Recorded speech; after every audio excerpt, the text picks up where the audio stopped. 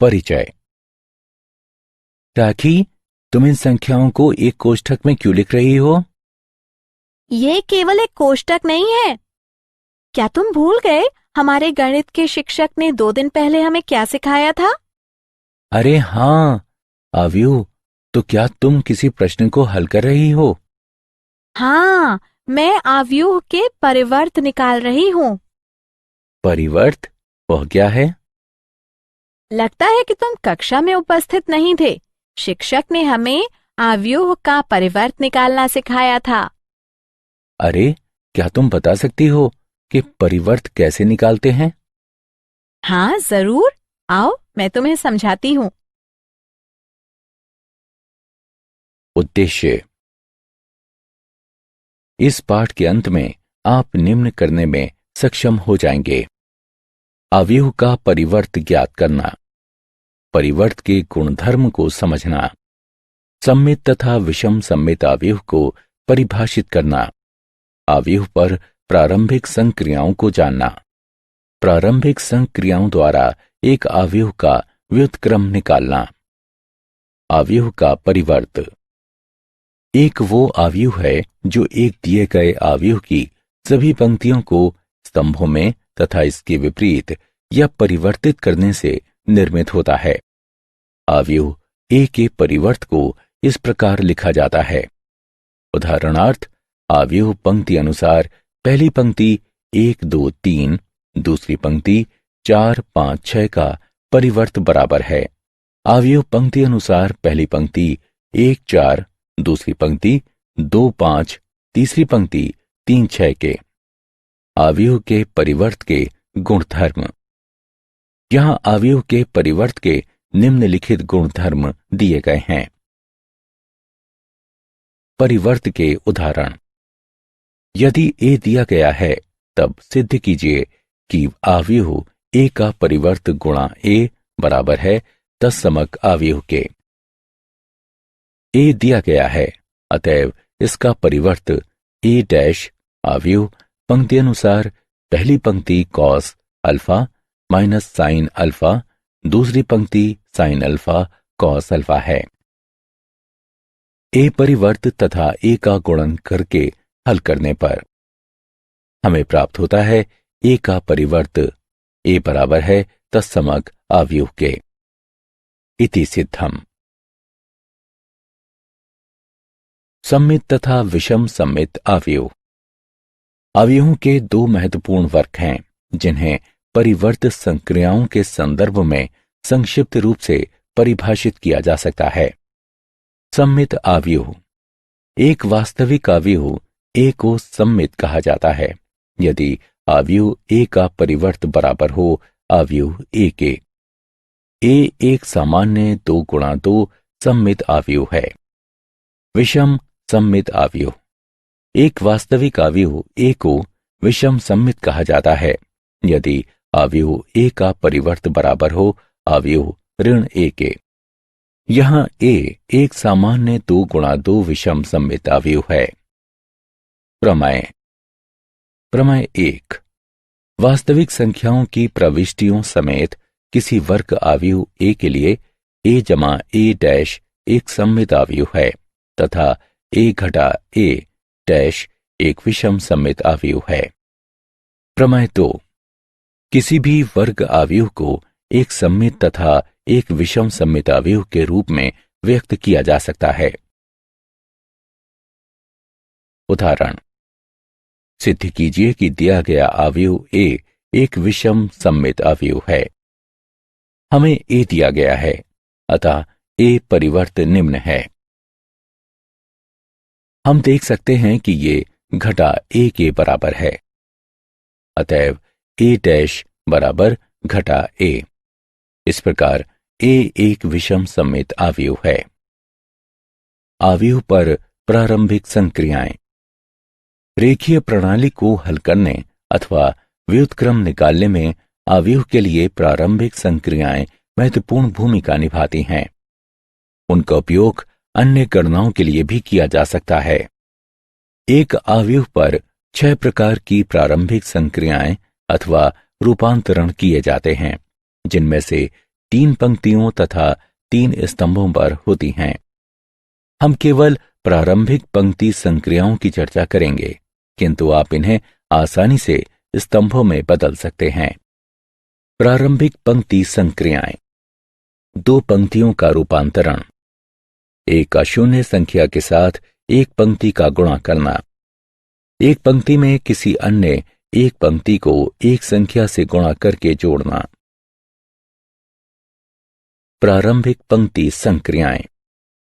चलिए अब बारी बारी से इन्हें देखते हैं। 2 पंक्तियों का विनिमय। प्रतीकात्मक रूप से IV तथा JV पंक्ति के विनिमय को निम्न द्वारा निरूपित किया जाता है। एक पंक्ति में अशून्य संख्या से गुणा करना। प्रतीकात्मक रूप से IV पंक्ति के प्रत्येक अवयव में K से गुणा को निम्न द्वारा निरूपित किया जाता है, जहां K शून्य के बराबर नहीं है। एक पंक्ति में किसी अन्य एक पंक्ति को एक संख्या से गुणा करके जोड़ना। प्रतीकात्मक रूप से IV पंक्ति के अवयवों में JV पंक्ति के संगत अवयवों को K से गुणा करके जोड़ने को निम्न द्वारा निरूपित किया जाता है। जब इन संक्रियाओं को पंक्तियों पर निष्पादित किया जाता है, तब इन्हें प्रारंभिक पंक्ति संक्रिया कहा जाता है, तथा जब इन्हें स्तंभों पर निष्पादित किया जाता है, तब इन्हें प्रारंभिक स्तंभ संक्रिया कहा जाता है। व्युत्क्रमणीय आव्यूह। एक n गुणा n आव्यूह A को गैर विलक्षण अथवा व्युत्क्रमणीय कहा जाता है यदि और केवल यदि एक n गुणा n का आव्यूह B का अस्तित्व इस तरह हो कि AB बराबर BA बराबर IN, जहां IN एक तत्समक आव्यूह है। आव्यूह B को A का व्युत्क्रम आव्यूह कहा जाता है। इस उदाहरण को देखें। यहां A तथा B दिए गए हैं। हम आसानी से जान सकते हैं कि AB बराबर BA बराबर तत्समक आव्यूह। इस प्रकार A व्युत्क्रमणीय है तथा B उसका व्युत्क्रम है। प्रारंभिक संक्रियाओं द्वारा आव्यूह का व्युत्क्रम। आव्यूह का व्युत्क्रम ज्ञात करने का ये एक मजेदार तरीका है। हम पंक्तियों के साथ आसपास नजर डालते हैं, जोड़ना, गुणा करना तथा उनका गमागमन करना, जब तक हम तत्समक आव्यूह I के भीतर आव्यूह A नहीं बना लेते, तथा एक तत्समक आव्यूह में बदलाव करने से ये जादुई ढंग से व्युत्क्रम में बदल जाती है। प्रारंभिक पंक्ति संक्रियाएं साधारण संक्रियाएं हैं, जैसे पंक्तियों को जोड़ना, गुणा करना तथा गमागमन करना। आइए हम अगली स्क्रीन में एक उदाहरण के माध्यम से इसे समझते हैं। उदाहरण। A का व्युत्क्रम ज्ञात कीजिए। हम आव्यूह A से शुरू करते हैं और इसे एक तत्समक आव्यूह I के साथ इसके आगे लिखते हैं। ये संवर्धित आव्यूह कहलाती है। अब हम A यानी बाईं तरफ के आव्यूह को तत्समक आव्यूह में बदलने के लिए अपना सर्वश्रेष्ठ प्रयास करते हैं तथा इस पर हर संक्रिया को लगाकर अवयवों को चढ़ाकर दाया पक्ष बनाते हैं। किंतु हम केवल प्रारंभिक पंक्ति संक्रियाएं ही कर सकते हैं तथा हमें ये पूरी पंक्ति के साथ करना होगा। आव्यूह I के बाद आव्यूह A से शुरू करते हैं। इस उदाहरण में हमारा पहला कदम पंक्ति 2 में पंक्ति 1 को जोड़ना है। फिर पंक्ति 1 में 5 से भाग दें। तत्पश्चात प्रथम पंक्ति का 2 गुना लें तथा द्वितीय पंक्ति से इसे घटाएं। घटा 1/2 से द्वितीय पंक्ति को गुणा करें। अब द्वितीय और तृतीय पंक्ति को गमागमन यानी आपस में बदलें। अंततः तृतीय पंक्ति को द्वितीय पंक्ति से घटाएं और हम पूर्ण कर चुके हैं। उदाहरण। X ज्ञात कीजिए यदि निम्न आव्यूह दिया गया है। अब गणना करके हल करने पर हमें प्राप्त होता है x बराबर प्लस माइनस 4 वर्गमूल 3। उदाहरण, दिए गए अवयव का व्युत्क्रम ज्ञात कीजिए। माना कि ए दिया गया अवयव है। हम जानते हैं कि ए को आई ए के रूप में भी लिखा जा सकता है। अब गणना करके हल करने पर हमें प्राप्त होता है। इस समीकरण में बाईं तरफ हम देख सकते हैं कि अवयव की प्रथम पंक्ति के सभी अवयव शून्य हैं। अतएव ए के व्युत्क्रम का अस्तित्व नहीं है। क्या आप जानते हैं, एक आयताकार अवयव व्युत्क्रम अवयव के अभिभूत नहीं होता है, क्योंकि गुणन बी ए तथा ए बी को परिभाषित तथा समान करने के लिए यह आवश्यक है कि अवयवों ए तथा बी समान कोटि के वर्ग अवयव हों। यदि अवयव बी अवयव ए का व्युत्क्रम है, तब अवयव ए भी अवयव बी का व्युत्क्रम होगी।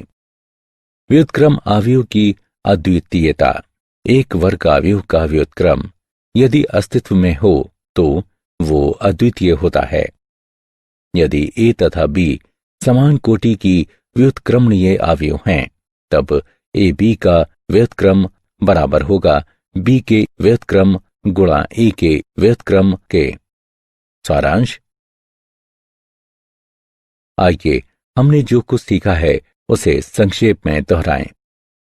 यदि ए बराबर ए आई जे एम गुणा एन है, तब ए डैश अथवा ए का परिवर्त बराबर ए जे आई एन गुणा एम। यहां अवयव के परिवर्त के निम्नलिखित गुणधर्म दिए गए हैं। अवयव ए एक सममित अवयव है यदि ए डैश बराबर ए हो। अवयव ए एक विषम सममित अवयव है यदि ए डैश बराबर घटा ए हो। किसी वर्ग अवयव को एक सममित तथा एक विषम सममित अवयव के योगफल के रूप में निरूपित किया जा सकता है। एक अवयव की प्रारंभिक संक्रियाएं इस प्रकार हैं।